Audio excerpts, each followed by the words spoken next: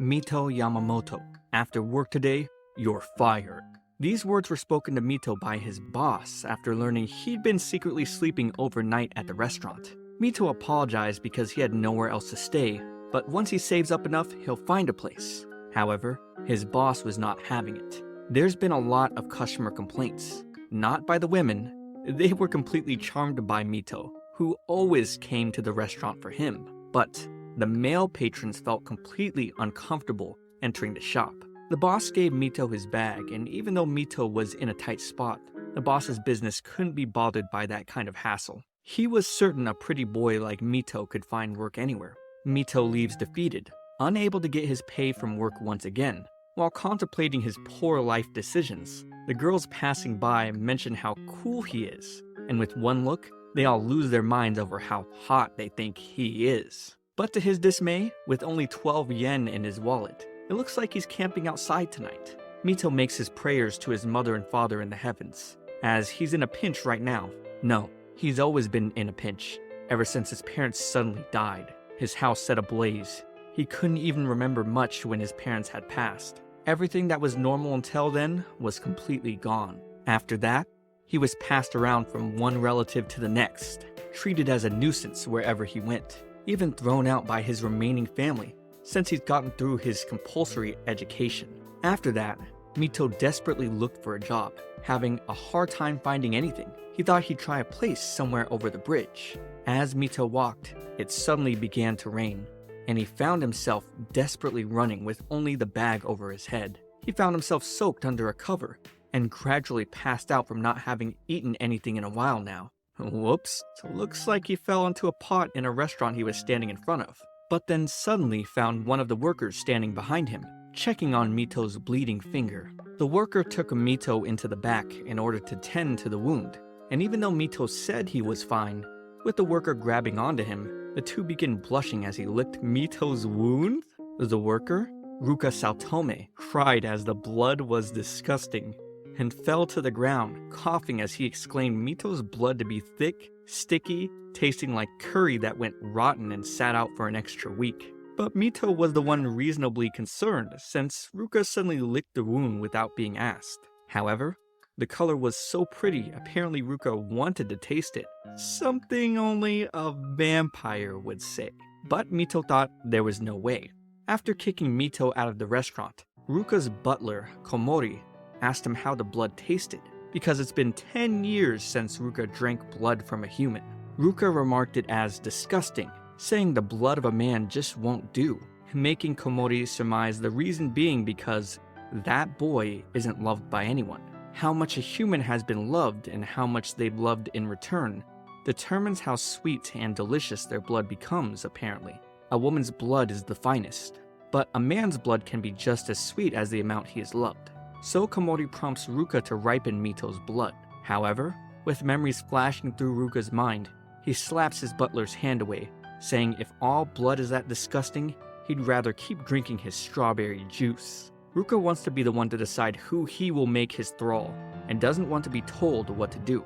But Komori reminds Ruka what his purpose here is, coming to the human world. Komori needs him to accomplish something so Ruka can take his place as the leader of the vampires. Mito continues to run in the rain, getting an unlucky splash from a vehicle passing by. He continues to walk onto the bridge, knowing he has nowhere to go, knowing no one needs him. As he sits on the edge, he wonders that if he jumps off from here, would anyone even notice if he was gone? No. Just because I'm broke doesn't mean I should be this negative. Maybe tomorrow I'll find my next job and...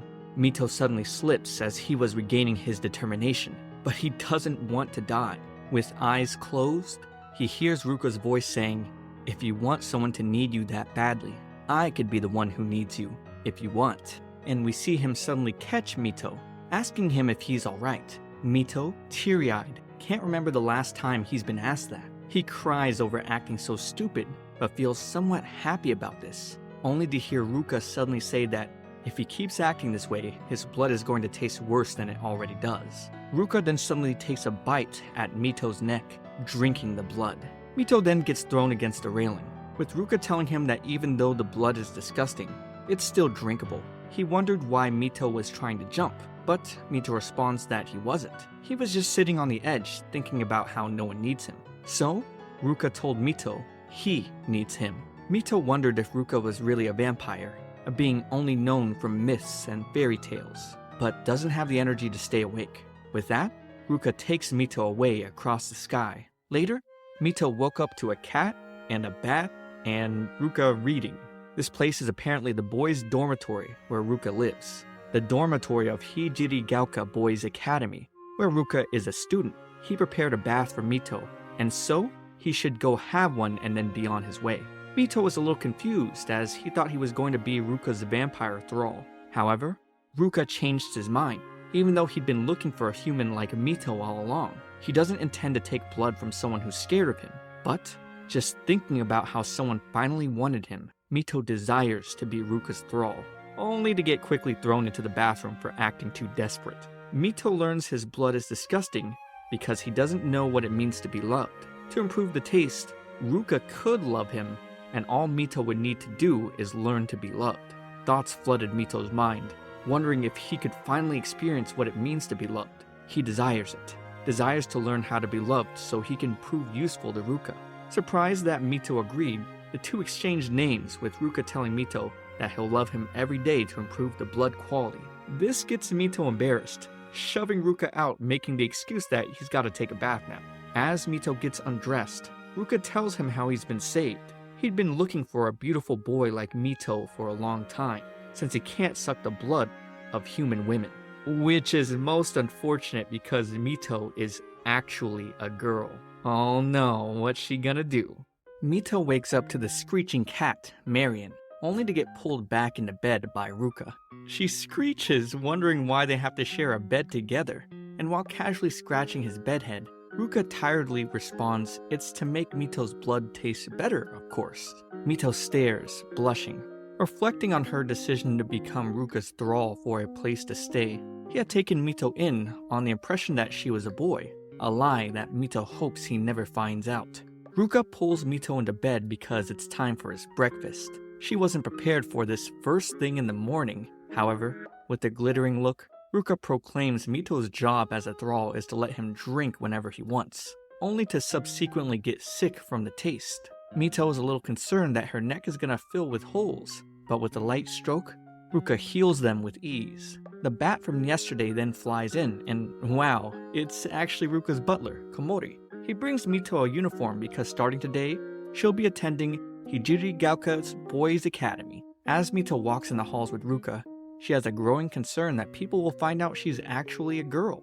Thinking Mito is just nervous on her first day, Ruka assures her the people in class are nice and she'll fit in with no problem. Introducing herself, the guys in her class think she's so pretty. Takara hopes that if Mito knows any cute girls, he gets dibs on meeting them first. Everyone is so nice except for Ren Nikaido, who comes in, glaring at her. After school, Ruka invites Mito to work part-time at the cafe with him, since she needs money. Luckily, the cafe is owned by his butler Komori, so he accepts Mito with no problems. In the changing rooms, Mito blushes as Ruka undresses. She definitely doesn't want to reveal her body, so she tells him she'll change after he finishes. But Ruka insists they change together, which gets Mito so flustered she shoves him out.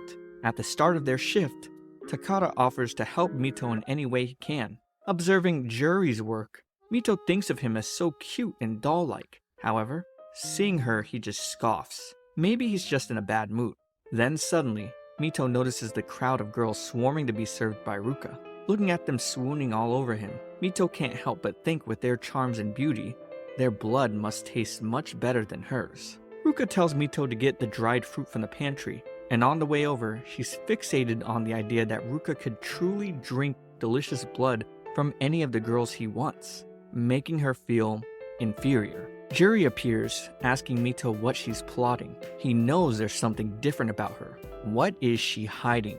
He thinks Mito is using Ruka and deceiving him. She backs into the shelves, causing the cookware to fall. However, Ruka appears to save her, and now he's bleeding from the head. Juri feels bad about this. However, Mito doesn't fault him at all, and then she escorts Ruka back to the dorms. He'll recover once he drinks some blood, so Mito immediately assumes a drinkable position. After taking a healthy drink, Ruka begins to cough. Is it because her blood is so disgusting? Because she doesn't know what love is? She tears up, telling him if only her blood were delicious, like a girl's. However, Ruka only wants Mito, not just anyone. He licks her tears? I don't know how romantic that is. He also assures Mito he just choked from drinking too fast. But now his wound is fully healed. He then places an ornament around her neck called a sang sucre, which measures the taste of human blood. Right now, her blood is disgusting, so the heart's blue, but when she eventually ripens, the color will become a delicious strawberry red. He then blames himself for not being able to drink women's blood. That's why he must rely on a boy like Mito. Yeah, about that. As Ruka is about to elaborate on why he can't drink the blood of women, Komori appears to reveal Ruka's secret bookcase. The reason he can't drink female blood is because, and I quote, he's a huge otaku vampire who's only into 2D girls. Mito stares with a somewhat lost curiosity. So Ruka further elaborates his favorite anime is Love Magi, a show where two magical girls who escape from an evil organization fight to save the world. A masterpiece, passionately drawn to depict love, justice, and friendship. They also say a magic catchphrase, "May your heart be filled with love and magic."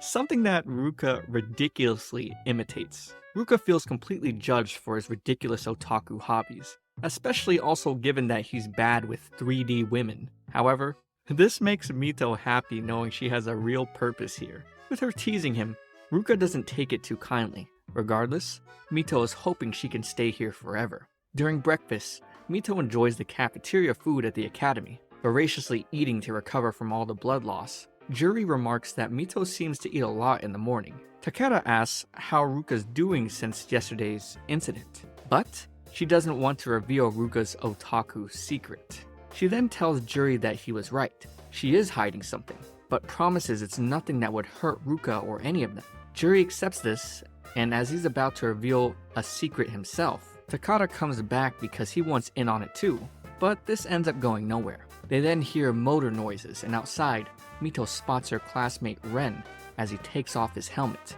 Juri remarks that Ren is a delinquent that gets into fights all the time. Walking in the dorms, she gets called out by Ren, and why is he in front of her room? He introduces himself and tells her they need to talk in the backyard. He cracks the brick wall, asking Mito if she knows that Ruka is a vampire. However, Ruka is next to appear, and when he goes to cover Mito, Ren leaves, not even wanting to talk to Ruka. During judo class, Mito is amazed watching Ren take down another boy. He also cracked a wall earlier. How could he be this strong? Juri mentions Ren's strength has always seemed unhuman, much like Ruka's speed. Mito's opponent is the bad boy Ren himself. She's determined to protect Ruka's secret as a vampire, but when Ren sees the bite marks on her neck, he sweeps her instantly and takes her away. Outside, Ren grabs onto Mito, telling her to go home. If she continues to get her blood sucked by Ruka, she'll eventually become a vampire too, and won't be able to live as a normal human anymore. She won't be able to go back to her parents or family, and she'll lose everything. Little does he know she doesn't have anything. He claims the undead vampires to be heartless monsters. However, Mito doesn't take this, biting his finger to release herself. She gets passionate, saying living humans have been bigger monsters to her, judging her on the way she looks. She already has no parents or a place to call home. No one else wanted her except for Ruka. To her, Ruka has a bigger heart than anyone. She promises she won't let Ruka turn her into a vampire, which causes Ren to pat her head. He just doesn't want Mito to get hurt.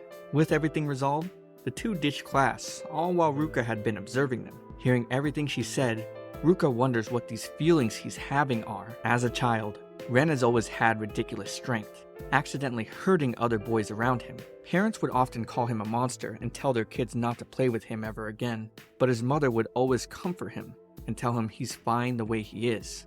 As he stared at his reflection, he felt Mito's words were a lot like his dear mother's.